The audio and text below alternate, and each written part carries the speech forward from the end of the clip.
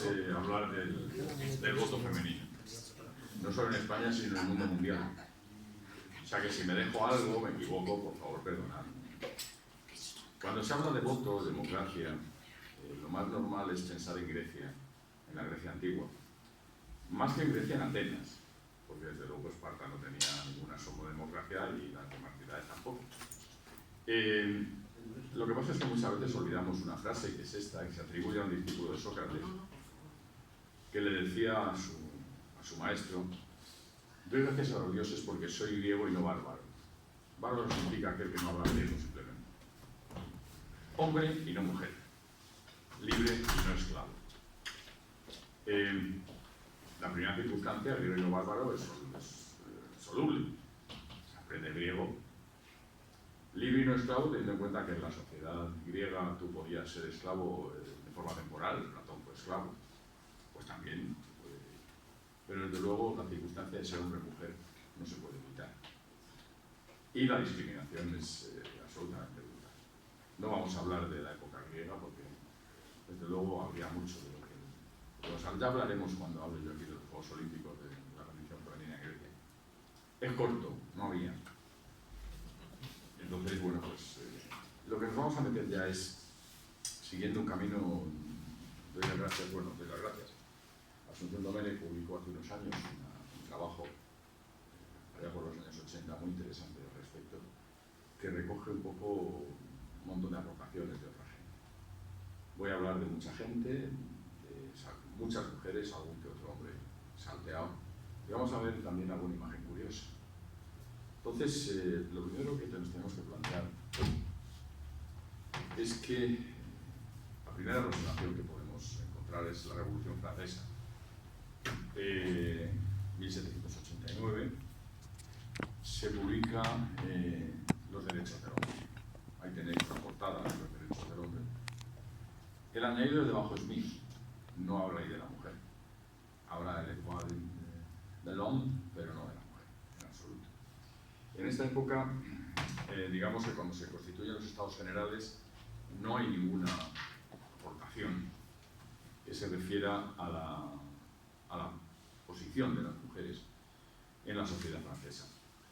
Pero sí que hay mujeres que dentro de la revolución se mueven. Pues bueno, se mueven. Relacionado, y lo veremos mucho a lo largo de la charla, que se mueven mucho en el entorno de la educación. Hay algunas peticiones ciudadanas a los Estados Generales, a la Asamblea Nacional, para que se reforme la educación femenina y que se eliminen los privilegios que tiene el hombre sobre la mujer en función del sexo. Esto, algunos de los documentos acaban diciendo: entonces nuestros dos sexos, virtuosos por principio, disfrutarán de la paz que suscita una placentera y mutua compañía. Bueno, es bonito, pero en realidad, cuando en agosto de 1789 se proclaman los derechos del hombre, no se contempla la presencia femenina. Es cierto que tanto en París, sobre todo en París, como en algunas otras ciudades, aparecen lo que podríamos llamar unas ciertas clubs femeninas, las cicotés, que pasaron a la posteridad porque eran las que estaban al lado de la guillotina, haciendo calceta, viendo caer las cabezas de los reyes, de los borbones. También las ciudadanas republicanas revolucionarias, republicanas revolucionarias, decididas en actuar en función en pro de las mujeres. Hay unos cuantos nombres que podemos comentar. Hay uno que es un hombre, que es el Marqués de Condorcet, que es un matemático. Porque cuando las mujeres presentan sus apelaciones a los Estados Generales, no les hacen ni puñetero caso, ¿vale? Simplemente son ignoradas. Pero hay gente como Condorcet, que publica él mismo el ensayo para la división de las mujeres en el derecho de la ciudad, que defiende la igualdad de las mujeres ante la ley y que tienen derecho a intervenir en los asuntos públicos.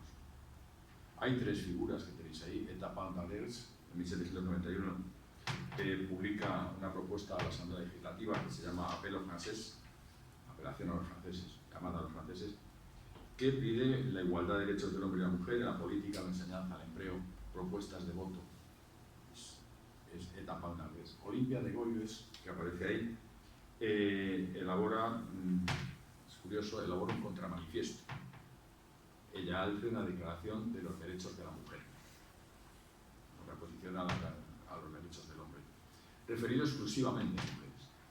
Entonces habla de las madres, las hijas, las hermanas, representantes de la nación. Pero cuando empieza así la Declaración de Derechos del Hombre, representantes de la nación, pues, exactamente, pero referido a las mujeres. También Jerome de Ménilcourt funda un club de los amigos de la ley y reivindica el derecho de la mujer a participar en la lucha armada, por ejemplo, cosas como esas, ¿no? Bueno, no tienen mayor relevancia en lo que la Revolución Francesa es más que como unos testigos de unas circunstancias concretas en aquel momento. Y además las tres tienen unos finales curiosos. Etapa d'Alders es detenida en 1794 y desaparece de la escena. Olimpia de Gouges es ejecutada por ser realista. Y Germaine de Ménilcourt es agredida por un grupo de mujeres jacobinas que le dan una paliza y acaban en un manicomio. Desde luego no es una cosa que es justo para todos, pero es cierto que estaban ahí en ese momento. La primera que sabemos que es un precedente 50 años anterior prácticamente a todas las reivindicaciones feministas posteriores, es inglesa. Es inglesa, supongo que a todos os sonará.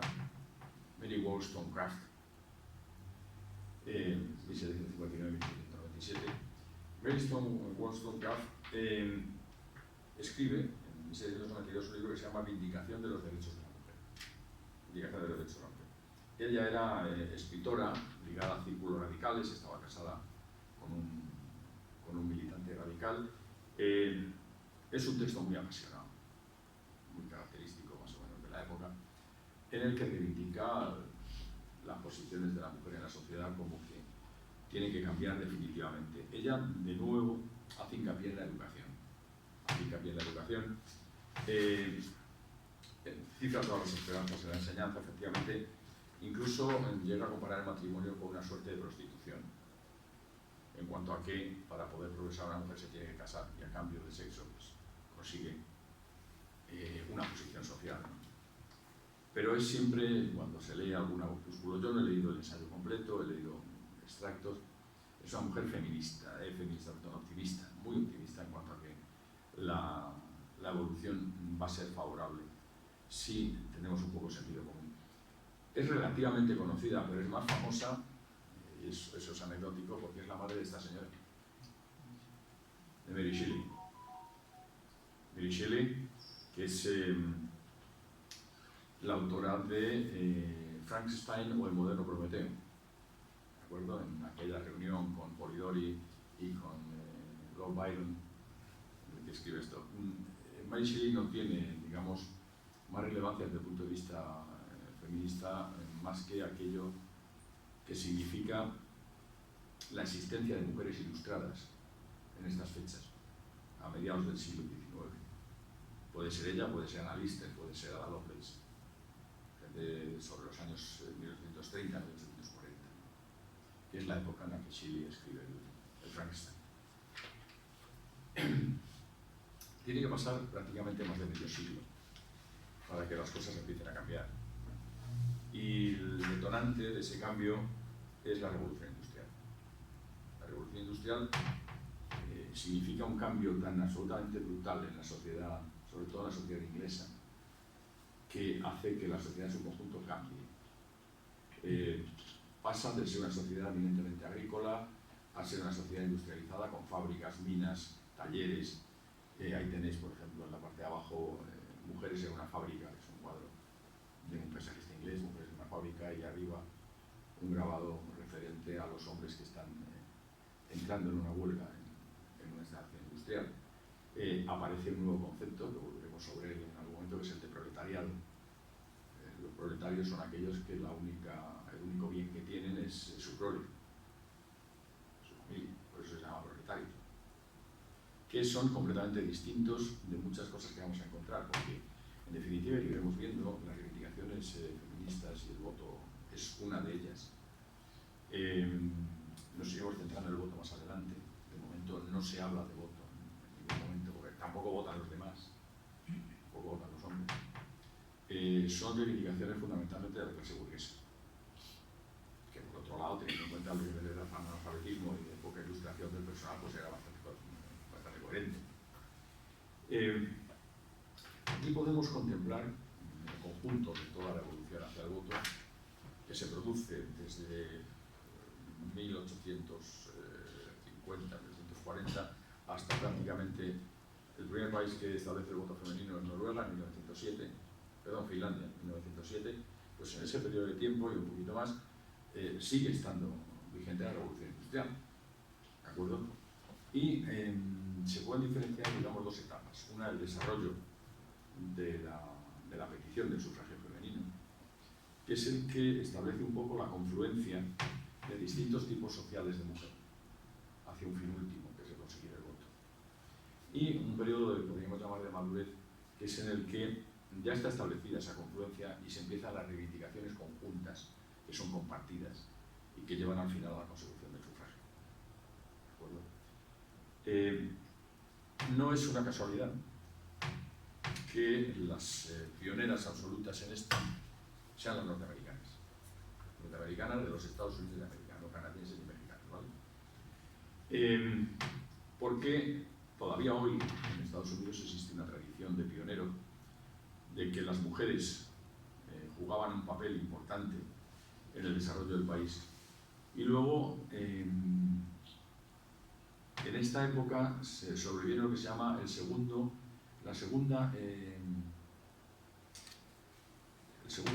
elevación del protestantismo norteamericano.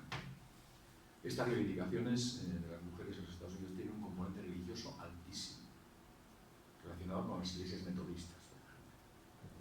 La primera reunión, que sea una convención que trata de estos temas, la liberación feminista, se celebra en Seneca Falls, estado en Nueva York, el 19 de julio de 1848. ¿Vale? En ese momento, se convoca allí en una iglesia. Eso es un dibujo de los que hacían los periódicos de la época, que no utilizaban fotografía. La fotografía de abajo son las dirigentes que desarrollaron la convención. No se ve demasiado bien, pero desde luego la mayoría jóvenes no son, ¿vale? Era gente con cuajo y que sabía de lo que hablaba. Se celebra en una iglesia metodista. Eso es una iglesia metodista donde se está celebrando, que muestra un poco lo que os digo de la influencia religiosa, ¿no? Ellas, aproximadamente unas 200 mujeres, se llegan a juntar y aprueban allí lo que llaman una declaración de sentimientos, que es, critican los condicionantes sociales de su subordinación, la carencia de voto y cosas como quieren acabar con el monopolio del púlpito. Es decir, quieren tener responsabilidades religiosas que hasta entonces solo tenían los hombres. Eso se da en el protestantismo. Acabar con el monopolio del púlpito. Es una cosa curiosa. Ya veremos después que en España se hace una ley que es la ley de la silla. Luego lo comentaré, que es el las dirigentes son luego muy famosas en la evolución feminista. Por ejemplo, Candy Stanton, Susan Anthony, Lucrecia Mott, Lucy Stone. Son nombres que en la historia de los Estados Unidos han quedado, ¿no? Estamos hablando de 1848. Hay un periodo que va entre el 48 y el 61, porque el 61 es el comienzo de la Guerra de Secesión de los Estados Unidos. Entonces, durante ese periodo se convocan varias convenciones al respecto, similares a la de Seneca Falls, y la idea no es tanto la consecución del voto, que no lo contempla como tal, sino la consecución de derechos económicos y sociales, ¿vale? Se alían mucho con las entidades abolicionistas, antiesclavistas, para tener un apoyo, fundamentalmente el Partido Republicano. Recordad que Lincoln era republicano. Ahora normalmente pensamos los republicanos como los racistas y tal, no, en aquella época los racistas eran los demócratas. eran los que estaban en el sur profundo. Se produce la guerra y durante la guerra hay un parón de todo tipo de reivindicaciones. Pero cuando la guerra acaba, se aprueba la 14ª enmienda de los Estados Unidos, de la Constitución de los Estados Unidos. La 14ª enmienda da el voto a la gente de color, pero no a las mujeres.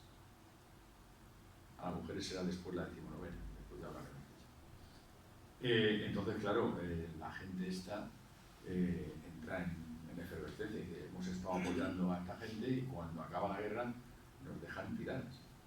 Dan el voto a los negros, pero no a las mujeres. Entonces, lo que ocurre es que empieza un movimiento asociativo. Perdonad las siglas, pero es que los nombres están en inglés y son muy largos. Los leeré. Se me acaban liando porque veo una S y no sé si sufragio es socialista o... ¿vale? La primera organización que se crea, la NWSA, es la National Women's Suffragist Association, la Asociación Nacional de Mujeres por el Sufragio. Estas mujeres reniegan del contacto con el Partido Republicano porque no les ofrece garantías de ningún tipo, ¿no? Esta primera asociación va a ser una asociación clave en el desarrollo del feminismo, del sufragismo en los Estados Unidos. Estas son muy decididas en cuanto al enfrentamiento con el poder, en cuanto a meter presión públicamente en Washington, y hay una escisión más moderada, que es la American Women's Suffragist Association, la WSA, que tenéis ahí debajo, que consideran que vamos a dejar que se dé el voto negro, y cuando el voto negro esté, los legisladores negros nos van a apoyar a nosotros. Entonces, bueno, pues es más gradualista. Eso va a ocurrir mucho en el movimiento feminista, asociaciones más gradualistas y menos gradualistas, ¿no? Lo que pasa es que hay intensa actividad por parte de las dos. En esta época, la NWSA pone prácticamente una enmienda constitucional por voto todos los años. Y nunca sale, ¿no? En cambio, la WSA va estado a estado en lugar del gobierno federal y consigue, por ejemplo, que en el 69 y en el 70 Wyoming y Utah reconocen el derecho al voto de la mujer. Los estados de Wyoming y Utah, en el 69 y en el 70. Fijaos las fechas, ¿no? Tenían dificultades, problemas de financiación, etc. Y entonces se unen las dos, en la National American Women's Suffragist Association, la NAWSA, apoyadas por una entidad que no se dedica al sufragio de la mujer, que es el National Women's Council, el Consejo Nacional de la Mujer, que recoge un montón de iniciativas de distinto tipo dadas por mujeres y las mete bajo el mismo paraguas para tratar de unificar y que el poder sea más fácil de manejar, ¿no? Para que nos hagamos idea, en esta época, en los Estados Unidos, en 1890, a diferencia que puede ser aquí, en Estados Unidos había 4.500 médicos mujeres, 4.500, y 250.000 enfermeras. No como aquí. Claro, que la primera mujer que se licencia es concepción renal en el año 41. Entonces, la diferencia es grande. Hay esa manifestación que tenéis ahí. El gráfico es una manifestación de mujeres ya licenciadas. ¿De acuerdo? ¿No fue Goyri? En 1841, concepción renal en la Universidad de Madrid, en la Facultad de San Bernardo. Goyri era la mujer de Ramón Menéndez Pidal. Sí, pero esa es muy posterior. Muy posterior. Muy posterior. Bueno, tienen además relación estas mujeres con unas entidades importantes, por ejemplo, la prevención de la legalización de la prostitución y con una mujer que es Frances Wheeler, que ella prácticamente merece un ratito, que es la dirigente de la Woman Christian Temperance Union, la Unión Cristiana para la Templanza, es decir, las prohibicionistas, las que pretenden que se prohíba el consumo de alcohol, con un componente religioso abrumador, ¿vale? Estas se comprometen con las entidades sufragistas apoyar el voto femenino a cambio de que en el futuro, cuando haya mujeres en la legislación, pues resulta que les apoyen allá para la prohibición. Prohibición que ya sabemos que es uno de los más grandes errores políticos que ha cometido un gobierno de todo el mundo en la historia. O sea, consiguieron que las gángsters llegaran al poder. Bien.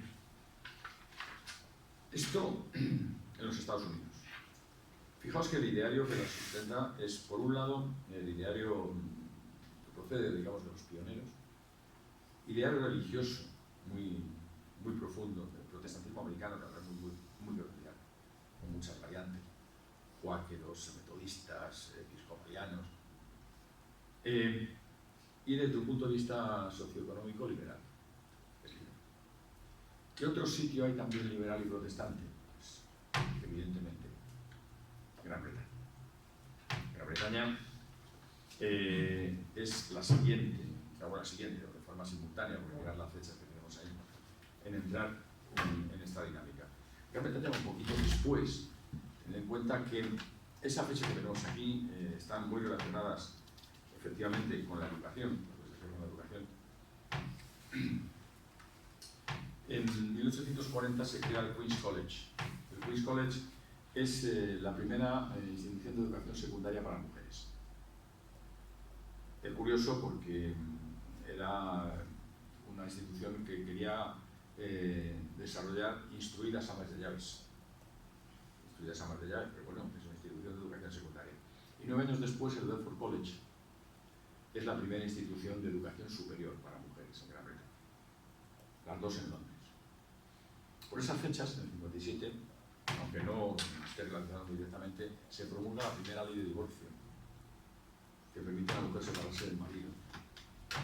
Además, un poco como dicen por ahí, es de muñequitos, porque las condiciones de separación eran que el marido cometiera sodomía, bestialismo, lo digo porque alguna cosa más, tenía que ser una especie de monstruo para poderte separar de él. O sea, pero bueno, es una grieta en la pared que se puede ensanchar después, ¿no? Y en esa época aparece una asociación en el año 49, la SPW, que es simplemente la Society for Promoting Employment of Women, Sociedad para promover el empleo de la mujer. Se dedica mucho a mujeres casadas, para tratar de conferirles estabilidad e independencia, pero una sociedad para promover el empleo femenino, ¿vale?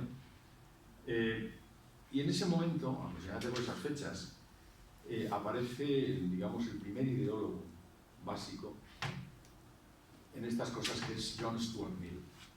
John Stuart Mill es el pensador liberal por excelencia. En esa foto aparece junto con su mujer, que es Harriet, que es una feminista de primera hora.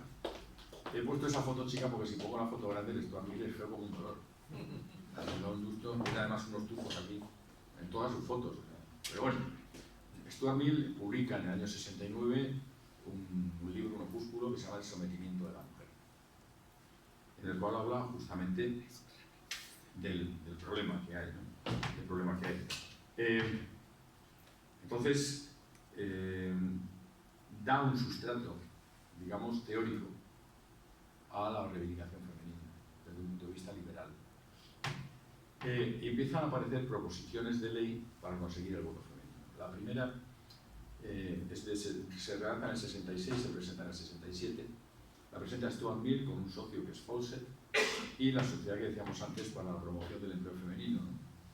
Se presenta en la Cámara de los Comunes y va avalada por 1.499 mujeres. Las firmas se había recogido la sociedad que promovía el empleo femenino, ¿no? La rechaza el Parlamento. La rechaza. Y eso hace que aparezca ya una sociedad de mujeres específicamente sufragistas. Específicamente para buscar el voto, no promover el empleo, no, para buscar el voto. La NSWS, que es la National Society for Women's Suffrage, Sociedad Nacional para el Sufragio de la Mujer. Esta sociedad, en las 2 décadas siguientes, presenta varias proposiciones de ley para que haya voto femenino, en 1870 y 1897. En 1870 la presenta en la Cámara de los Comunes. Sabéis que en Inglaterra bicameral, todavía lo es hoy, Gran Bretaña, la presenta en la Cámara de los Comunes. La primera, los comunes aprueban en los dos casos las propuestas. La primera por 33 votos y la segunda por 71. Pero la Cámara de los Lores hace que no salgan adelante, pues lo corta el desarrollo. Son las primeras presentaciones de proposiciones de ley siempre en la Cámara de los Comunes. Claro, en los años que siguen, bueno, vamos un poquito más atrás, que si no, en los años que siguen hay un movimiento permanentemente adelante y adelante de las sufragistas inglesas. Al final se crea la National Union of Women Suffrage Societies. Hay varias sociedades que se unen en una única sociedad, la Unión Nacional de Sociedades de Mujeres Sufragistas, que tiene una política reivindicativa mucho más vigorosa y más fuerte, que veremos más adelante a dónde nos lleva, ¿no? ¿Qué pasa en otros sitios? Bueno, aquí teníamos digamos, los pioneros, sistema liberal, lo mismo sistema liberal en Inglaterra, pero en otros países eso no es así. En los países, digamos, que tienen relevancia, léase Francia o Alemania, ¿no? En Francia nos encontramos con otras ideas distintas. En esa época es la idea del socialismo utópico. La gente como Saint-Simon, con sus comunas, Owen, que es inglés, con el irlandés, o Fourier con los falansterios. Los falansterios que son, digamos, de alguna manera, la imagen en la que se miran los kibbutz israelíes. Claro. O sea, hay familias que viven en el falansterio, viven en comunidad, pero la familia cada una separada, y los hijos son edificados por toda la comunidad, no por la familia en concreto, ¿no? Son lo que se va a llamar socialismo utópico. Todos ellos defienden que la mujer tiene que ser liberada, tiene que conseguir una diferente aproximación por parte de la sociedad. No todos están de acuerdo. Proudhon, el teórico también del socialismo francés, Proudhon estaba completamente en contra. Proudhon decía que una mujer igual al hombre sería el fin de la institución del matrimonio, la muerte del amor y la ruina de la raza humana. ¿Cuántos narices? O sea, ¿cuántos narices? Ese era Proudhon. Ahora hay gente que le reivindica, bueno, vale, pues sí, vamos a leer un poquito. ¿Vale? Pero la que resulta como más atractiva y más llamativa es una mujer con un nombre hispánico, Flora Tristán. Es una mujer criolla. Ella es criolla, pero nace en París. ¿Vale? Vive nada más que 41 años. Y ella, en el año 43, publica un libro que se llama La Unión Obrera. La Unión Obrera, Flora Tristán dice que para que el socialismo triunfe de alguna manera, tiene que ir de la mano de la reivindicación femenina. Y que hay que atraer a las mujeres proletarias a las sociedades que en aquella época defendían el sufragio, defendían la constitución femenina, que eran fundamentalmente burguesas. Esa es Flora Tristán. Es una figura importantísima. Si nos seguimos yendo hacia el este, bueno, vamos a comentar un poquito más en Francia. Porque estas son curiosas. Se empiezan a formar una serie de sociedades dentro de Francia. Como veréis, hay multitud de sociedades, y más que van a venir, multitud de sociedades muy minoritarias, con muy poquita gente, y muchas de ellas mezcladas. Yo el otro día lo comentaba con Amparo, con mi mujer, y decía, eso es como cuando ahora sale una reivindicación de no sé qué, dice, hay 150 grupos que la respaldan. ¿De cuánta gente cada grupo? Dice, son 3. Y además compartidos. O sea, son 150 sociedades, pero es que no hay más cera que la quede, ¿no? Entonces, a final del Segundo Imperio, en 1866, se forma la Sociedad para la Reivindicación de las Mujeres. Es la primera que se forma formalmente en Francia. Es una organización muy radical en sus planteamientos, tan radicales que sus militantes apoyan la revolución de la Comuna de París en 1868. ¿Qué pasa? La Comuna pierde y ellas van a la cárcel. ¿Vale? Le llamaban las petroleras, es decir, las del petróleo, las incendiarias. Las incendiarias. claro, desaparece la sociedad, porque bueno, se ha implicado políticamente de forma muy profunda y ha perdido. Y se crea, un poquito más después, una asociación más moderada, la Sociedad para la Mejoración del Papel la Mejora del Papel de la Mujer. La crean una pareja, Leon Richter y María de Reims, que publican un periódico que se llama El Derecho de las Mujeres, de Torrejón. Estos son masones, están relacionados con la masonería y son anticlericales. Las cosas, pues, son las cosas de la época, ¿no? Y convocan por primera vez un congreso feminista, el primer congreso feminista en París, en 1878. ¿Vale? En este congreso ni siquiera está en el orden del día el voto femenino. Simplemente van a mejorar las condiciones de la mujer, pero no hablan para nada del voto en un momento determinado. Era, digamos, excesivamente moderado y hay alguna escisión. La Sociedad del Sufragio de las Mujeres, de Joaquín Oquer, tenéis ahí, que aspiraba una equiparación completa, exigía el voto, el divorcio, igualdad de salario, igual trabajo, ese tipo de cosas que ahora nos parecen evidentes.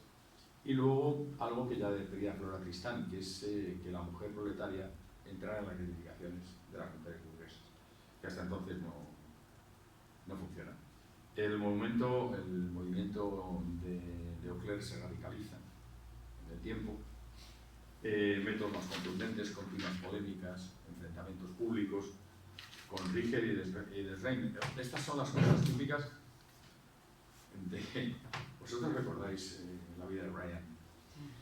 Cuando está hablando el partido judío de liberación, Judea Liberation Front y Frontal Liberation of Judea, que son disidentes y se pelean entre sí, pues lo mismo les pasa a estos. Son 4 y se pelean entre ellos permanentemente, ¿no? Esta última, la de María de Reims, harta de Joaquín Oquer, funda una nueva organización, la Liga Francesa para los Derechos de la Mujer, que tenéis ahí, y convoca junto con León el segundo Congreso Feminista Internacional en 1879 en París. ¿Vale? Y decía que nos íbamos un poco más al este. Vamos al este, Alemania. En ese momento lo que va apareciendo en Alemania es el marxismo. Marx y Engels en el Manifiesto Comunista en 1848, El Capital, El origen de la familia, la propiedad privada y del Estado. Todos esos hacen referencia, de alguna manera, a la presencia femenina en la sociedad. Pero, coetáneo de ellos, y además muy relacionado con el SPD, con el Socialist Party of Deutschland, el Partido Socialista Socialdemócrata de Alemania. El ideólogo fundamental es August Bebel. August Bebel, que lo tenemos ahí, escribe un libro seminal para este tipo de cosas de relación con la mujer y el socialismo, que se llama exactamente así, La mujer y el socialismo. August Bebel le da un soporte teórico desde el punto de vista socialista a la emancipación femenina, del que hasta entonces se había adolecido. Tenía un soporte liberal por parte de Stuart Mill, ahora es un soporte realmente socialista, no de socialismo utópico, sino ya de socialismo avant-garde, como puede ser el basado en las teorías de Marx, ¿no? Lo primero es la lucha por la igualdad de derechos, sufragio, igualdad ante la ley, etcétera, etcétera, etcétera. Merece la pena, es un libro que merece la pena leer. Y para no detenernos mucho, porque habría para hablar 4 o 5 horas, el nuevo empujón que le da a este aspecto se lo da Clara Zetkin, que llega a ser miembro del buró del Partido Socialdemócrata. Y dice, como podéis leer ahí, todas las mujeres, sea cual sea su posición, deberían exigir la igualdad política como medio para alcanzar una vida más libre. Clara Zetkin publica un periódico que se llama Igualdad, en alemán, Die Gleichheit, y subraya que la lucha de las mujeres obreras por su emancipación es parte de la lucha proletaria para conseguir unas mejores condiciones. Ella está en la estructura del movimiento de mujeres del SPD y participa, hace una bienal de mujeres paralela a la bienal del SPD.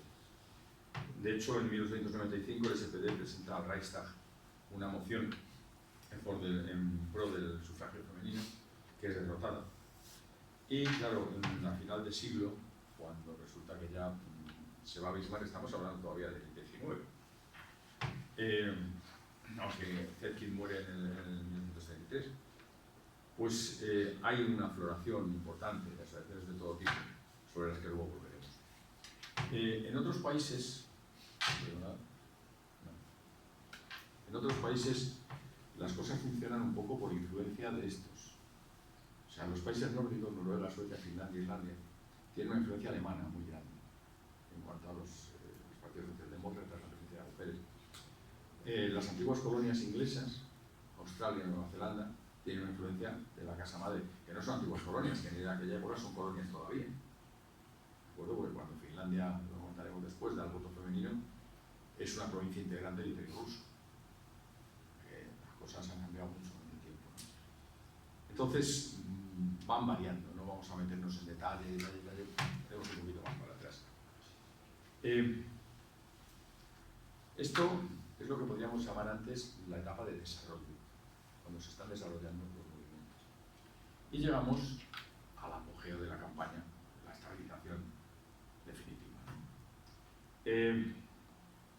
Hay un montón de entidades feministas en Gran Bretaña en esa época, la que teníamos antes, la famosa National Union o Women's Suffrage, la Unión Nacional de Sufragio, sigue funcionando, pero aparece una sociedad mucho más militante, que es la WSPU, que es la Women's Social and Political Union. Aparece auspiciada por la familia Pankhurst, Emmeline, que es la madre, la que está hacia la derecha, ¿no? A la derecha, y las dos hijas, Christabel y Silvia. Estas son, digamos, las progenitoras de todo el movimiento sufragista duro y exitoso en Gran Bretaña, y parte también del americano. Ellas habían colaborado, porque Pankhurst es viuda, Emmeline, de Richard Pankhurst, recordad que las mujeres pierden su apellido, que había sido colaborador de Stuart Mill, y entonces era militante también en la causa feminista. Cuando ella se queda viuda, colabora con el Partido Laborista en la Women Franchise League en 1992, que obtuvo el derecho a participar a algunas mujeres en los sufragios locales, en algunos. Pero ella rompa con los liberales y se va a Londres con sus hijas y funda la WSPU. En 1904 intenta infructuosamente que el Partido Laborista le presente un proyecto al Parlamento, y entonces en la campaña electoral del año siguiente, 1905, lo que hace es que lanza a sus militantes a la calle, tal cual, lanza a sus militantes a la calle. Los militantes de la WSPU se van a la calle. ¿A la calle a qué? A pegarse del tirón. O sea, interrumpen mítines, hacen desfiles, asaltan comisarías, resistencia civil. Ahí los tenemos.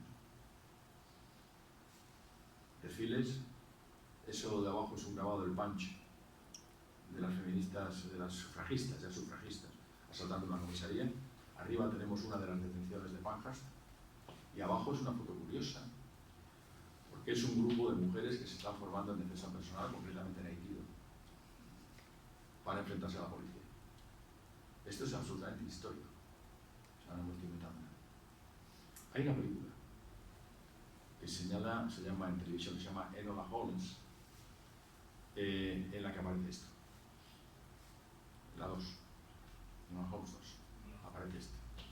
Es una película entretenida y de diversión, pero sale la madre que recuerda a Emmeline Pankhurst, y salen las mujeres que ponen bombas, por ejemplo. O sea, que este tipo de cosas pasan.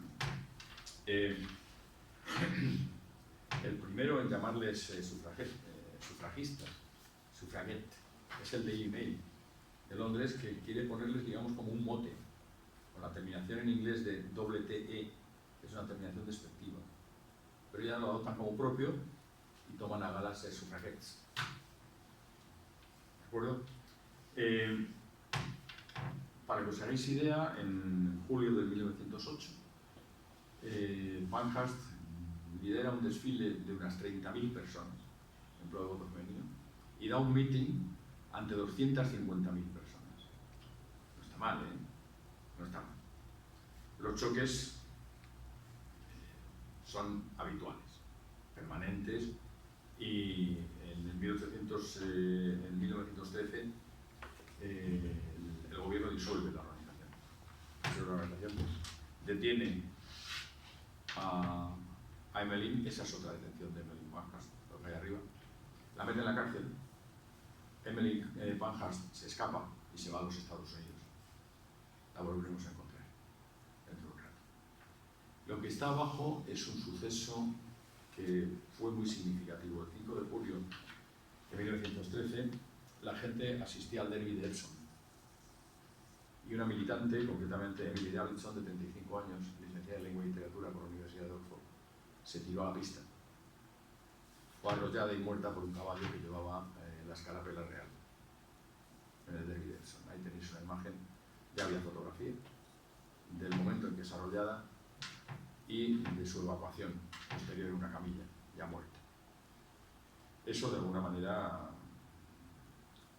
bueno, este tipo de cosas no eran demasiado bien asumidas por las militantes sufragistas estándar. Decían, no vamos a llegar a ninguna parte con este tipo de violencia. Surge la Women's Freedom League, la Liga por la Libertad de la Mujer, que no se enfrentan violentamente, simplemente van a acción civil, se niegan a pagar impuestos, por ejemplo. Partidarios de método de protesta singulares, por ejemplo, tirados tabillas desde un globo, cosas de este estilo. La propia hija de Pankhurst, Silvia, crea una asociación, la Federación de Sufragettes del Este de Londres, porque ella se va a predicar el socialismo a las mujeres proletarias. Deja, digamos, la orientación burguesa de la madre y ella se va por ahí. En estas circunstancias aparece la corriente constitucional, la National Union of Women for Suffrage, que lo dice una mujer muy inteligente, que es Millicent Garrett, que lo que lidera la expansión, la manifestación, el monstruo, pero es más inteligente que lo que era Pankhurst y menos belicosa. Siguen las movilizaciones, hay un problema y es que estalla la Primera Guerra Mundial, en 1914. Con lo cual, las manifestaciones se paran. Las mujeres, incluidas las sufragistas, que al revés que en otras partes del mundo son pro-guerra, son directamente belicosas, no son pacifistas en absoluto, ocurre lo que todos sabemos, que puestos que dejan libres los hombres que van al frente son ocupados por mujeres en ese momento. El gobierno indulta a las sufragistas que tienen cerradas para que puedan salir. Cambia el gobierno, hasta entonces estaba en el gobierno Lord Asquith, y cambia y entra Lloyd George, que es más favorable a las tesis sufragistas, y en 1917 se promulga una ley de voto femenino, 1917, por 364 votos a favor y 22 en contra. Es una ley curiosa porque solo pueden votar las mayores de 30 años, que eran 5 más que los hombres podían votar con 25. Pero bueno, pueden votar. La equiparación en edad electoral se da en 1928, unos años después, 10 años después de que llega la guerra, 11 años después de esto. Pero es el momento en que se aprueba el voto femenino de aquella manera, en medio de la guerra, en 1917, con sufragistas metidas en la cárcel, se aprueba el voto femenino en Inglaterra. Pero la causa sigue al otro lado del Atlántico, porque Emmeline Pankhurst se va a Estados Unidos. Allí hay mucho movimiento de asociaciones que hayamos visto en el pasado. La famosa NAWSA, la National American Women Association, Está dirigida por Alice Paul en ese momento. Y Alice Paul la abandona porque organizan, no le gusta la manera que funciona, que le parece poco operativa, y crea la Congressional Union of Women's Suffrage, la CUS. Esta es de las pocas que se puede pronunciar, ¿no? Fijaos que ella quiere influir en el voto femenino a través del Estado federal, y no de los estados monopólicos, sino a través de los federales. Lo que ocurre es que ella recurre a medidas muy de la época. Un tren feminista que va atravesando las cosas. Espectáculos públicos, congresos, películas, cosas muy, muy americanas de la época. Estamos hablando de la época de Randolph Hearst, de Pulitzer, que están creando, en aquel momento están creando nación. Recordemos el problema de la guerra hispanoamericana de 1998, pocos años antes, ¿no? Entonces utilizan esos medios de comunicación. Y al final, por primera vez, lo que crea es un partido político. No una unión de sufragistas, sino el National Women Party, que es un partido político para presentarse a elecciones en aquellos sitios donde la mujer pueda votar. Esa es la primera vez que aparece un partido político como tal en el mundo, un político femenino. Este partido se manifiesta en contra de Woodrow Wilson porque se oponen a la guerra, se oponen a la intervención de Estados Unidos en la Primera Guerra Mundial, diciendo que si no hay democracia en Estados Unidos que permite votar a las mujeres, ¿cómo van a defender la democracia a Europa? Bueno, que son cosas distintas, ¿vale? De hecho, le llegan a manifestarse delante de la Casa Blanca poniendo Kaiser Wilson, unas pancartas en la cara de Woodrow Wilson. En cambio, en NAPSA, donde estaba Alice Paul antes, sigue una mujer muy, muy inteligente, que es Carrie Chapman. Carrie Chapman dice, bueno, vamos a ver, 1915 se hace cargo de la sociedad y dice, vamos a ver, era una organizadora nata. Tan es así que en aquella época se decía que ella podía poner en la calle 2 millones de mujeres en cualquier momento. 2 millones. O sea que son cifras, ¿eh? Que ahora mismo estamos hablando de contarse las manifestaciones. 2 millones de mujeres para poner en la calle, no de mujeres, 2 millones de militantes, no necesariamente las mujeres. Entonces ella lo que hace es Estado a Estado, y trabajando a votación Estado a Estado. De hecho, en 1869 empieza el primero, pues Wyoming, Utah, Colorado, Idaho, Washington, California, Oregón, Arizona, Kansas, Nevada, Montana, todos esos de 1866 dan derecho a voto a la mujer. Y gracias a esto se elige la primera congresista mujer de los Estados Unidos. La eligen hombres. En ese momento las mujeres son elegibles, pero no son electores. Entonces, en 1917, por Montana, sale elegida Janet Franklin. Es una mujer votada exclusivamente por hombres. Eso es una cosa que, bueno, pues conviene comentar. Y se aprueba el sufragio femenino en Dakota del Norte, Ohio, Rhode Island, Nebraska, Michigan, y se establece un comité para introducir la 19ª enmienda. La 19ª enmienda es el voto femenino. La 19ª enmienda de los Estados Unidos se aprueba el 19 de enero y se aprueba exactamente por una mayoría de 2 tercios.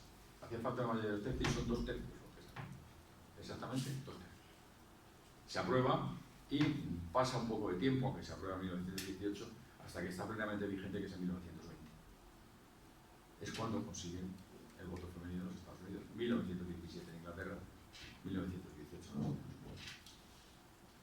¿Qué pasa en otros sitios? Pues en Francia, vamos a ver, ahí hablar de casos también. En Francia hay influencia del sufragismo radical inglés, la que comentábamos antes, de Hubertine Clerc y alguna otra, Madeleine Pelletier. Pero Leclerc provenía del sufragio de los masones, de Richter y Edmond, 1904 intentan, bueno, manifestaciones, son anécdotas. En 1904 rompe el código penal en la calle en una manifestación. Bueno, pues vale, pues muy bien, pues de acuerdo. A los policías les daría la risa. Pelletier, que es una médica afiliada a la Solidaridad de Mujeres y publica un opúsculo que se llama La Sufragista, intenta por todos los medios establecer un contacto con las mujeres socialistas en aquel momento. No lo consigue. Algunas veces entraron dando voces en la Cámara de Diputados, cosas de este estilo, pero no hay un movimiento similar aquí en Inglaterra. De hecho, ni siquiera Louise Amour en 1913, que funda la Sociedad de Mujeres Socialistas, no hay cuestión de voto. Se presenta 2 veces en 1919 y 1922 a la Cámara de Diputados y es rechazado. Y las mujeres en Francia no pueden votar hasta después de la Segunda Guerra Mundial, en 1946. No consiguen el éxito que había conseguido otros países. El balance ya veremos un poco qué países ha habido en qué fechas. Y vamos a echar un rato hablando de España. Vamos a echar un ratito hablando de España. Porque España tiene un problema. España no ha hecho la revolución industrial, de ninguna manera. El nivel de analfabetismo es aterrador. No existe clase media. La clase burguesa prácticamente es inexistente también. Digamos, no el estar alfabetizado, sino el tener una cierta cultura es una cosa rara. La agricultura es el trabajo fundamental, no el proletariado, porque prácticamente, quitando algunas zonas, por lo que decíamos antes de la Revolución Industrial, la influencia de la Iglesia Católica es tremenda. Y claro, pues es completamente distinto de Estados Unidos o Reino Unido, o Inglaterra, perdón, con la influencia protestante, de Francia con el socialismo utópico o Alemania con el socialismo marxista. En España no existe tal animal. Entonces, claro, en torno a la Primera Guerra Mundial hay algunas personas que se relacionan. A la Primera Guerra Mundial, estamos hablando ya del 14. Pero se puede hacer un poquito de arqueología, ¿vale? Y podemos tirar para atrás y encontrarnos un par de figuras como esas que tenéis ahí. Porque claro, cuando se habla, por ejemplo, de España, la Constitución de 1812, la Constitución de 1834, pues en aquella época estaba explícitamente prohibido por los reglamentos que hubiera mujeres en las tribunas y en las galerías. Directamente no es que contemplaran, no, es que no estuvieran. O sea que si alguna incumplió el mandato, lo hizo disfrazada. No había manera de estudiar. Como disfrazada estuvo, aquí tenemos a Concepción Arenal. 1941, Concepción Arenal se disfraza de hombre, se corta el pelo y se presenta a estudiar Derecho en la Universidad Central, en el Caserón de San Bernardo. Es descubierta. Y curiosamente, pues lo que hacen es que le hacen un examen. Consideran que es correcto el nivel que tiene para entrar y le permite seguir estudiando, con un permiso específico del rector. Hay que tener en cuenta que la liberación completa de la mujer en la universidad no se produce hasta 1910. En esas épocas, estamos hablando de un periodo de 50 años, que ella es una predecesora total y absoluta. No me he resistido a poner una frase famosa suya, que es abrir escuelas y se cerrar las cárceles. Las reivindicaciones feministas en España, como en casi todo el resto del mundo, pasan mucho por la educación. Y curiosamente, esa señora tan guapa, el retrato de Madrazo, tan guapa, tan perifollada que tenemos ahí debajo, es Gertrudis Gómez de Avellaneda. Gertrudis Gómez de Avellaneda publica una revista exclusivamente para mujeres, que se llama La Ilustración, álbum de damas, donde reivindica, quiere una revolución moral, era la moral, en cuanto a que se emancipe la mujer, porque todo hay que esperar de los principios de la Ilustración. Somos ilustrados y moralmente no podemos mantener a un ser humano marginal. Esa es Gertrudis Gómez de Avellaneda, que es lo que digo, hacer arqueología en el siglo XIX. Que en un momento, hombre, el bienio progresista, lo que llamamos el bienio progresista, hay la primera petición pública para el voto femenino en os voy a leer la contestación, la valoración que hizo el periódico Unión Liberal, diciendo que lo presentaban 4 solteronas aficionadas a hablar de política y alguna que otra poetisa. No sigo. ¿Vale? Da vergüenza ajena las valoraciones de según quién. Lo que llamaríamos la Revolución de Septiembre, se llama la gloriosa, pues se dan nuevos pasos. La influencia del krausismo en la sociedad hace que empiecen a aparecer cosas relacionadas siempre con la educación. Aparecen las conferencias dominicales. Las conferencias dominicales las lleva adelante Fernando de Castro. Son para mujeres, esencialmente. Y en esas conferencias dominicales habla gente pues, como Echegaray, como Pimargal, como Castelar, gente de un peso político e intelectual de la época, ¿no? Se celebran varias, ¿vale? Y hay otra iniciativa que es el Ateneo Artístico y Literario de Señoras. Algunas veces los nombres son muy rimbombantes, ¿no? El Ateneo Artístico y Literario de Señoras. Y más tarde, este Ateneo genera lo que es la Asociación para la Enseñanza de la Mujer. En esta época, desde 1854, ya hay una escuela normal femenina, donde deberían ir las mujeres a estudiar magisterio. Pero la Asociación para la Enseñanza de la Mujer plantea otras profesiones para la mujer. ¿De acuerdo? Tiene, curiosamente, una escuela de comercio, una escuela de institutrices y una escuela de correos y telégrafos. Cosas. ¿Vale? Digamos que están más o menos ligados con profesores de la Institución Libre de Enseñanza, de la universidad, que están conexos con lo que ellos plantean. No supuso ninguna mejora para la situación jurídica, económica de las mujeres en absoluto. En la Restauración tampoco, aunque en 1877 se pide el voto femenino. Es muy curioso la petición del voto femenino, porque rompe mucho los esquemas que habitualmente tenemos. Es una enmienda al dictamen de la Comisión Electoral del Congreso de los Diputados, presentado por un grupo de 8 diputados ultraconservadores católicos. Ultraconservadores católicos. Lleva Alejandro Pidalimón, que lidera el grupo, y es un sufragio censitario. Es decir, concretamente, promueve el voto para mujeres viudas o propietarias. Pero bueno, recordemos lo que hemos visto en otros países, referido al divorcio, referido a ese tipo de cosas. Es la época. No hagamos presentismo en relación a lo que pensamos hoy, ¿no? También, bueno, a los padres de la patria les pareció completamente inconveniente. En el diario de sesiones del Congreso dicen también unas tontadas que tampoco voy a leer porque no merece la pena.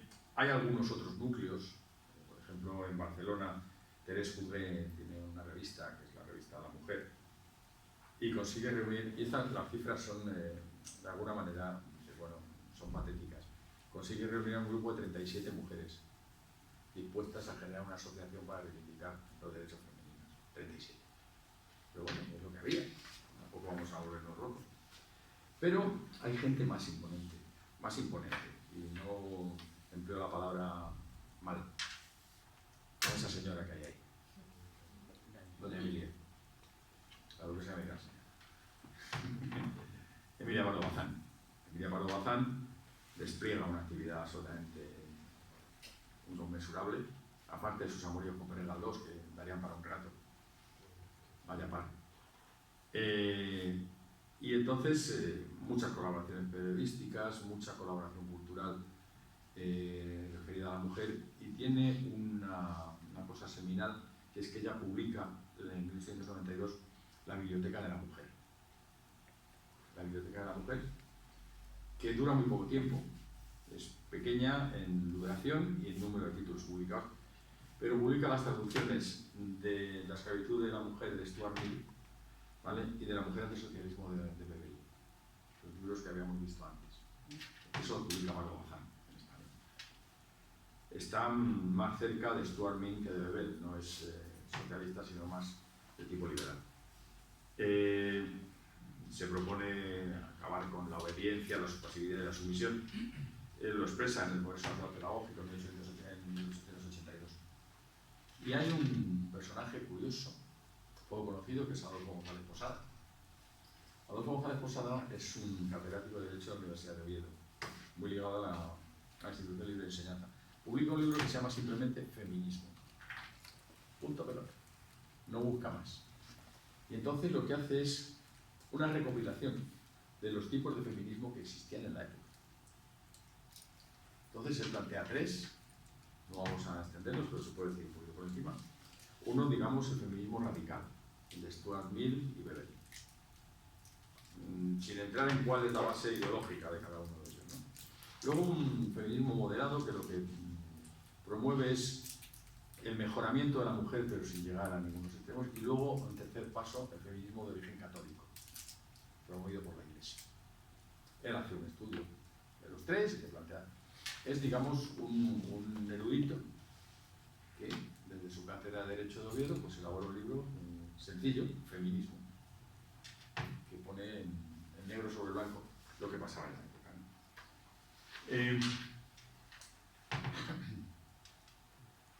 Pero vamos a hablar de las peticiones de voto. Decíamos en 1877 el grupo ultracatólico que pide el voto para las mujeres, pero hay dos peticiones de voto más, en 1907 y 1908. Concretamente, el voto femenino en junio-julio de 1907 se presentan dos enmiendas pidiendo el voto femenino en el Congreso de los Diputados. Son curiosas.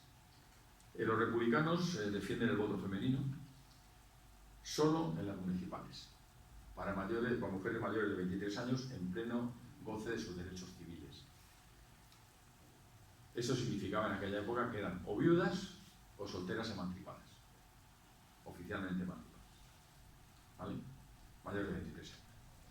En cambio, los demócratas, que es otro partido de la época, no tiene nada que ver con los demócratas de ahora, pues proponen es curioso porque proponen que puedan votar no solo en las municipales ni tal, y por encima, pero pueden votar en todas, en legislativas, generales, etcétera, pero pone una proposición curiosísima. Solo pueden votar las viudas que den al Estado una contribución de más de 100 pesetas al año.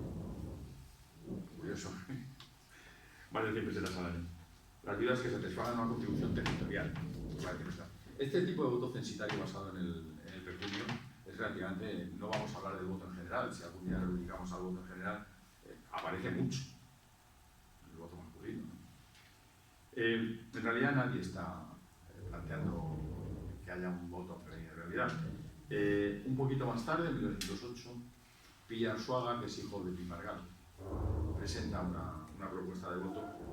Es también limitada, no podrían votar nada más que las municipales, no ser elegidas, no podrían ser elegidas, no podrían presentarse.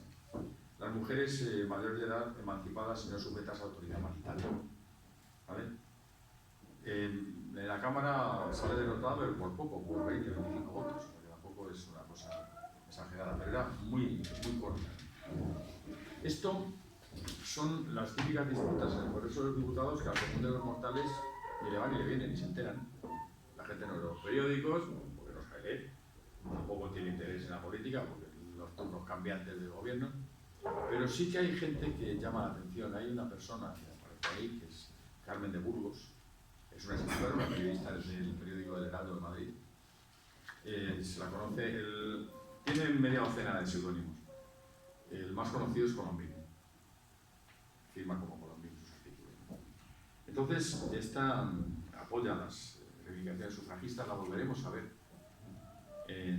cuando se proclama la República, Carmen de Burgos. Y es la primera que hace una encuesta para ver qué se opina sobre el voto femenino, pero aquí y en todas partes. Entonces, en el Heraldo hace una encuesta con 4.562 respuestas, ¿vale? Los números de verdad dan un poquito de yuyu, porque de las 4.562, 922 eran partidarias del voto femenino. 922, una quinta parte. Solo 109 sin ninguna restricción, ¿vale? Y 39 opinaban que la mujer podía ser elegida también. 39, de 4.562. En fin, los números te dicen, bueno, la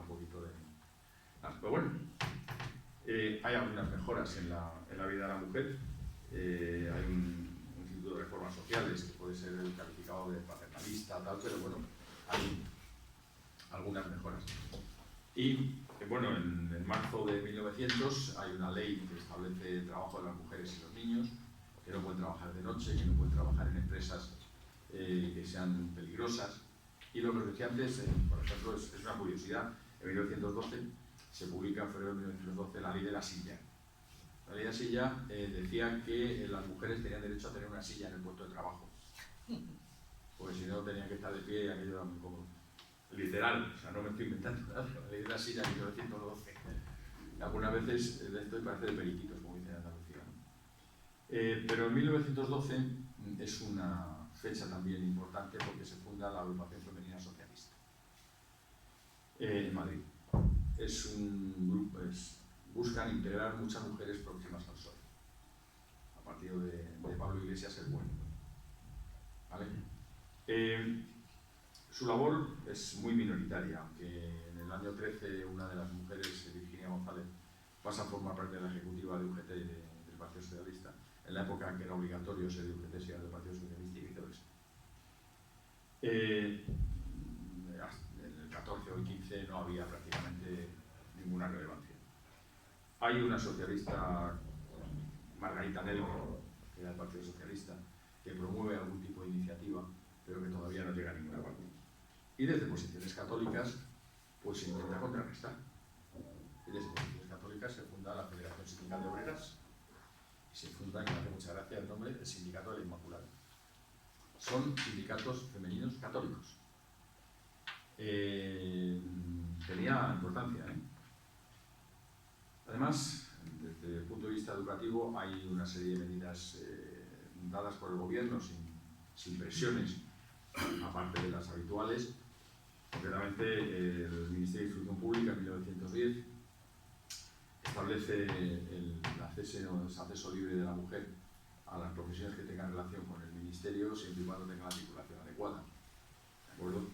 Y en 1918 el Estatuto de los Funcionarios Públicos permite el acceso de cualquier mujer al cargo de auxiliar. Quedan vedadas algunas profesiones, como pueden ser jueces, como pueden ser notarios, pero ya el acceso de la mujer a las profesiones, digamos que es importante. Se constituye en 1918 por María Espinosa, que aparece ahí abajo, porque le dieron una condecoración al respecto a María Espinosa Díaz, la Asociación Nacional de Mujeres Españolas, que esta es curioso porque pretende ser interclasista y aconfesional, de manera que encuadre a mujeres de cualquiera que sea su clase social, o si son religiosas, en que en España significa católicas o no. Allí aparece María Martínez Sierra, por ejemplo, que es después del Partido Socialista, cuando la República, cuando en el año 31, y Victoria María Carmen Eva Nelken, que es hermana de Ana Nelken famosa. Al amparo de esto, de esta onda expansiva, aparece la juventud. No lo he comentado. Hay una serie de sociedades con las que entran en contacto, concretamente la Liga para el Progreso de la Mujer y la Sociedad Concepcional, que son de Barcelona, no son valencianas, y la Progresiva Femenina y la Mujer del Porvenir, que son barcelonesas. Y como no puede ser de otra manera en este tipo de cosas, se unen todas y crean el Consejo Supremo Feminista de España, que manda el nombre y dice, bueno, va, si soy cuatro, Consejo Supremo Feminista de España. Claro, lo que pasa es que paralelamente a esto se crea la UME, la Unión de Mujeres de España, que no es la Unión de Militares. La UME, la Unión, he puesto España, vaya por Dios, que en ella concretamente se funda en Madrid en 1920. Juegan un papel importante pues gente como cuando se la Juventud Universitaria Feminista, pues gente como Clara Campoamor o Victoria Kent, que están ahí también. Se distribuye un manifiesto y bueno, la Cruzada de Mujeres Españolas es curioso porque en la Cruzada de Mujeres Españolas la lidera Carmen de Burgos, Corombilla, que hablábamos antes. Y esa se hizo famosa porque en un momento determinado hizo no una manifestación, sino que distribuía folletos en la calle de Madrid, firmados, reivindicando la causa feminista por mujeres como Pastor Imperio. ¿Vale? Como Pastor Imperio, la marquesa de Argüelles. Gente que provenía de muchos entornos sociales y utilizaban para que la gente se enterara de que las mujeres significaban algo.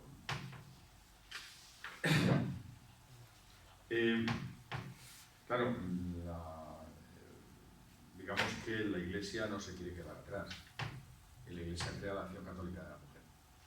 La Acción Católica de la Mujer que se extiende extraordinariamente, porque se basa en el tejido básico que la Iglesia Católica tiene a lo largo del país. Se extiende muchísimo, igual que la Acción Católica a secas después. La Acción Católica tiene una presencia brutal en el posfranquismo. No es que sea malo, es distinto. ¿Vale? Entonces, en el 1919, en Burgos Mazo, presenta un nuevo proyecto de ley electoral. Un nuevo proyecto de ley electoral contemplando el voto femenino. No se llega a discutir. ¿Por qué no se llega a discutir? Porque viene el golpe de Primo de Rivera. ¿Vale? Y entonces eso se acaba. Y curiosamente, o a lo mejor no tan curiosamente, es con Primo de Rivera cuando consiguen voto a las mujeres. El Estatuto Municipal de 1924, vehiculado a través de la Unión Patriótica, que era el partido único de Primo de Rivera, pues se establece que las mujeres pueden participar en las elecciones en marzo del 24. Solo podrían votar las emancipadas mayores de 23 años. ¿Vale? Y específicamente decía que las casadas y las prostitutas quedaban fuera de la ley. O sea, esas no podían votar. ¿Vale? Bueno, pues vale, como bien, por acuerdo. Y todavía más, Primo de Rivera crea una Asamblea Nacional para dar un barniz de democracia a su régimen. Y en ese 1927, pues, digamos que nombran a una serie de representantes femeninas en la Asamblea Nacional. No es que les den el voto, pero nombran representantes femeninas en la Asamblea Nacional de forma indirecta, de ayuntamientos, diputaciones, etc. Claro, esto se cae cuando cae Primo de Rivera, pues estamos ya prácticamente en lo que más nos llama la atención, porque es lo que más nos ha llevado a nosotros muchas veces, que es la Segunda República. Claro. La Segunda República, pues resulta que después de las elecciones municipales que desplazan al gobierno, se convocan cortes constituyentes. Se convocan con lo diré, el 8 de mayo del 31, un decreto. 8 de mayo del 31. Hasta entonces, en la colaboración de este decreto participaban, por ejemplo, María Martínez Sierra, que hemos hablado de ella antes, por parte del PSOE, con Lewicki, con el Partido Radical Elisa Soriano, que también la hemos comentado, y Clara Campoamor. En el Radical Socialista está Carmen de Burgos, por ejemplo. En Acción Republicana, o Izquierda Republicana, está Victoria Kent, antes de empezar esto. Y con un decreto de mayo del 31 se convocan cortes constituyentes. ¿Vale? Da, digamos, el gobierno provisional, se da a sí mismo una legalidad para poder convocar cortes constituyentes y da voto a todos los hombres mayores de 23 años y declara elegibles a las mujeres y a los clérigos, que hasta entonces no lo eran. No votan las mujeres, pero sí pueden ser elegibles. Se celebran las elecciones a cortes constituyentes y salen elegidas dos mujeres, que son las que tenemos ahí, Clara Campoamor y Victoria Kent. Clara Campoamor radical, Victoria Kent Acción Republicana. Acción Republicana, Izquierda Republicana, varía el nombre en el tiempo. Toman posesión el 14 de julio, junto con 463 diputados varones y dos mujeres. Se crea una comisión constitucional repartida por los distintos partidos para elaborar un proyecto de constitución. En esa comisión constitucional está una de las dos, concretamente Clara Campoamor, forma parte de la comisión constitucional, no así Victoria Kent. Entonces, esto va muy deprisa, porque estamos hablando de que toman posesión los diputados el 14 de abril y el 18 de agosto se presenta el proyecto de constitución. Rápido. Que se empieza a discutir en principios de septiembre. El proyecto de constitución incluye un famoso artículo, el artículo 34, que es el voto, en el que se contempla el voto femenino. Y entonces sería la de Dios en Cristo. Recordáis lo de por qué Dios en Cristo, ¿no? De dónde viene. La discusión es de si Cristo es Dios o no es Dios. Entre cristianos se plantean. Y se plantean, curiosamente, porque los que defienden el voto femenino son la gente de derechas. Y quien no quiere el voto femenino son la gente, digamos, de izquierdas. Ambos igual de machistas. Porque ambos piensan exactamente lo mismo. Que la Iglesia va a tener una influencia insuperable en las mujeres españolas y van a votar según la Iglesia diga. Los de derechas quieren que voten según la Iglesia diga para que voten a ellos, y los de izquierdas no quieren que voten. Es considerada la mujer menor de edad. Eso es tan absolutamente absurdo. Todavía hay legislación que se publica hoy que considera a la mujer menor de edad. O sea que no estamos avanzando demasiado en según qué aspectos, ¿no? ¿Quién defiende las posiciones favorables al sí? Más gente, ¿no? Guerra del Río, Pedro Rico.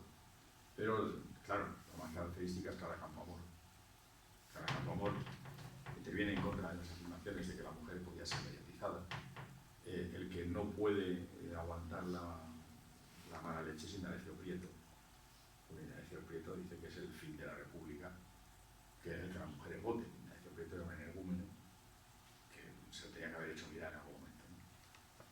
Y no lo leo, pero dice Clara Campoamor: se está haciendo una constitución de tipo democrático por un pueblo que tiene escrito como ley principal, lo que llama como el arco del triunfo, el respeto profundo a los principios democráticos. Luego hay un discurso emocionante de Clara Campoamor en pro del voto femenino.